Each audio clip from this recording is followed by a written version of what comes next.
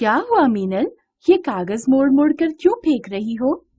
मुझे समय की उपयोगिता पर अनुच्छेद लिखना है, परंतु समझ ही नहीं आ रहा कि क्या लिखूं। तुम मेरे साथ घर चलो। मेरे पास अनेक पुस्तकें हैं जिनमें अनेक विषयों पर अनुच्छेद हैं। चलो। मीनल, ये देखो, इस पुस्तक में समय पर अनेक अनुच्छेद लिखे हैं। जो अच्छा लगे लिख लो। धन्यवाद। अब मैं इन सबको पढ़कर अपने शब्दों में अनुच्छेद लिखूंगी। सही बात है। किसी दूसरे की लिखी सामग्री से हमें समझना चाहिए और उसे अपने शब्दों में नए विचार जोड़कर लिखना चाहिए। इससे लेखन कला में निखार आता है। मीनल की तरह आप भी समझिए कि अनुच्छेद क्या होता है। अनुच्छेद में एक केंद्रीय भाव या विचार का क्रमिक विस्तार होता है। अनुच्छेद का आकार सीमित होता है और यह अपने आप में पूर्ण होता है। निबंध से भिन्न अनुच्छेद लेखन में भूमिका या निष्कर्ष देने की आवश्यकता नहीं होती।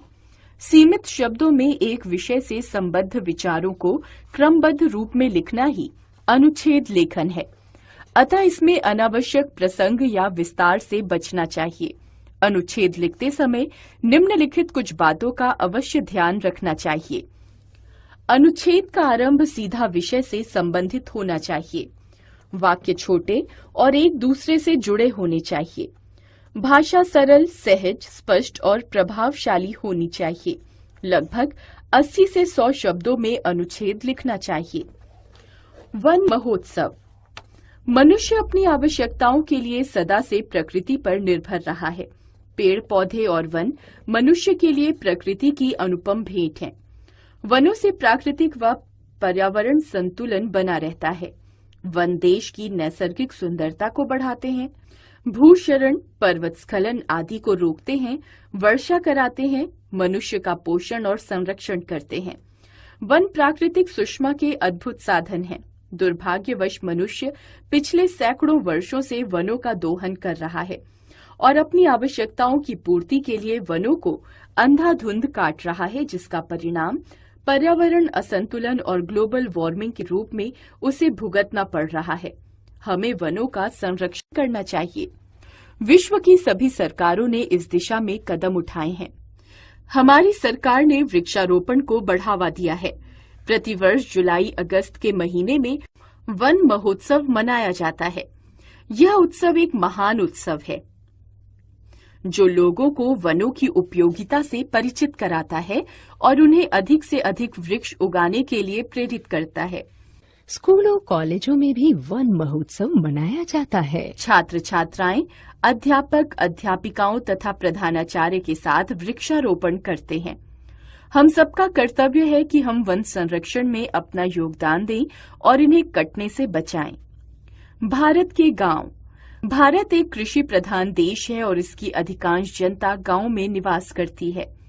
गांव का जिक्र आते ही हरे भरे खेत, लहलहाती फसलें, कंधे पर हल रखे गीत गाते किसान, रोटी की पिटारी, सिर पर रखे खेत की मेड़ पर जाती स्त्रियां और हरे भरे बागों का दृश्य आंखों के सामने आ जाता है।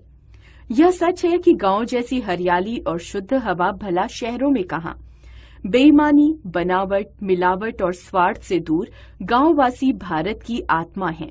स्वतंत्रता से पहले गांव की दशा अच्छी नहीं थी।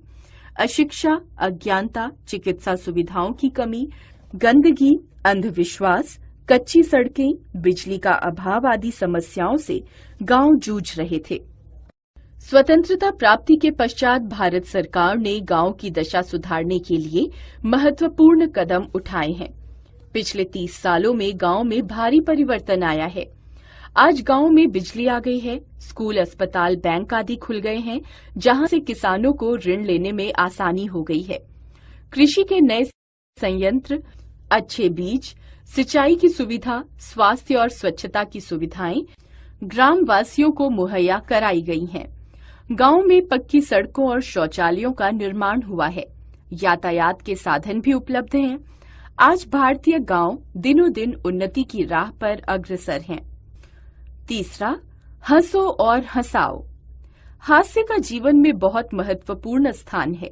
जीवन में सुख कम है और दुख ज्यादा, किंतु जो व्यक्ति दुखों में भी प्रसन्नचित रहता है वही असली जिंदगी जीता है।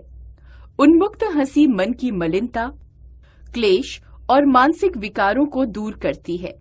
हंसने वाला व्यक्ति लोकप्रिय होता है। उससे मिलना, बातचीत करना, साथ साथ रहना सबको अच्छा लगता है। हंसने वाला स्वयं तो प्रसन्नचित रहता ही है, औरों को भी प्रसन्न रखता है। हंसना स्वास्थ्यवर्धक होता है। खुलकर हंसने से फेफड़ों की शक्ति बढ़ती है। हंसने से रक्त के विकार दूर होते हैं और व्यक्ति स्वस्थ रहता है। हंसने से मानसिक उल्लास भी मिलता है। हंसते रहने और प्रसन्न रहने वाले व्यक्ति का व्यक्तित्व आकर्षक होता है और वह अनायास ही औरों का मित्र बन जाता है। प्रसन्न रहने वाला व्यक्ति मानसिक रूप से स्वस्थ रहता है। कुंठा, निराशा, हतोत्साह जैसे मनोरोग उसके भीतर नहीं पनप पाते। हंसना जीवन को स्वस्थ एवं दीर्घायु बनाने के लिए संजीवनी के समान है। हंसने व प्रसन्न रहने से जीवन में विपत्तियों को झेलने और काम में रुचि बनाए रखने की मानसिक शक्ति मिलती रहती है। अतः स्वयं भी हंसो और दूसरों को भी हंसाओ। जयशंकर प्रसाद ने कामायनी में इसीलिए कहा है, औरों को हंसते देखो मनु, खुद हंसो और सुख पाओ।